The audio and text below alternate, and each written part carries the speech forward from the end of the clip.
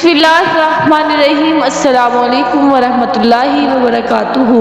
नबी करीम अलैहिस्सलाम की ख़ास दुआ जो आपने ताइफ की वादी में अल्लाह के हुजूर अरशाद फरमाई। इसकी ऐसी ताकत थी, अल्लाह ताला ने दो फरिश्ते जो पहाड़ों के निगहबान थे आपकी मदद को भेज दिए।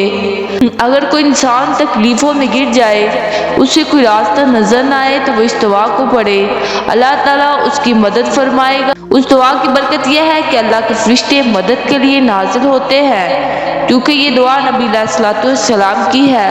ताइफ में हमारे नबी अलैहिस्सलाम को तकलीफ़ें दी गई।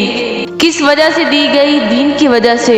अल्लाह के पैगाम को, अल्लाह की रिसालत को, अल्लाह की तौहीद को हम तक पहुँचाने की वजह से हुई। आप अलैहिस्सलाम ने इरशाद फरमाया, या अल्लाह मैं इनकी शिकायत सिर्फ तेरे सामने करता हूँ। मैं बहुत कमज़ोर हूँ, मेरे अंदर कोई ताकत नहीं मैं इनका मुकाबला कर सकूँ। या अल्लाह मेरी कौम को हदायत दे, ये नहीं जानते।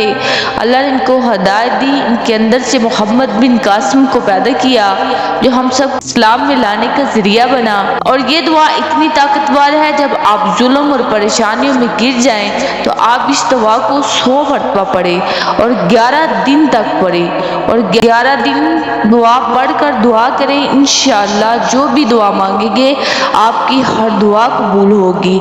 अल्लाह के हुक्म से वो दुआ क्या है गौर से सुने।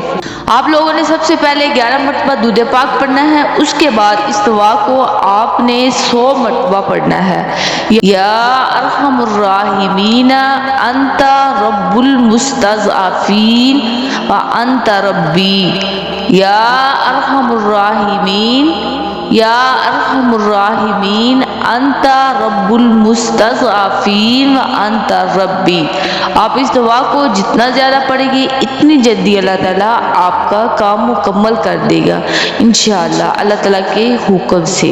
अज़ीज़ बहनों और भाइयों, इस वजीफ़े की इजाज़त के लिए आपको हमारे चैनल को ज़रूर सब्सक्राइब करना। जज़ाकल्लाहु खैर।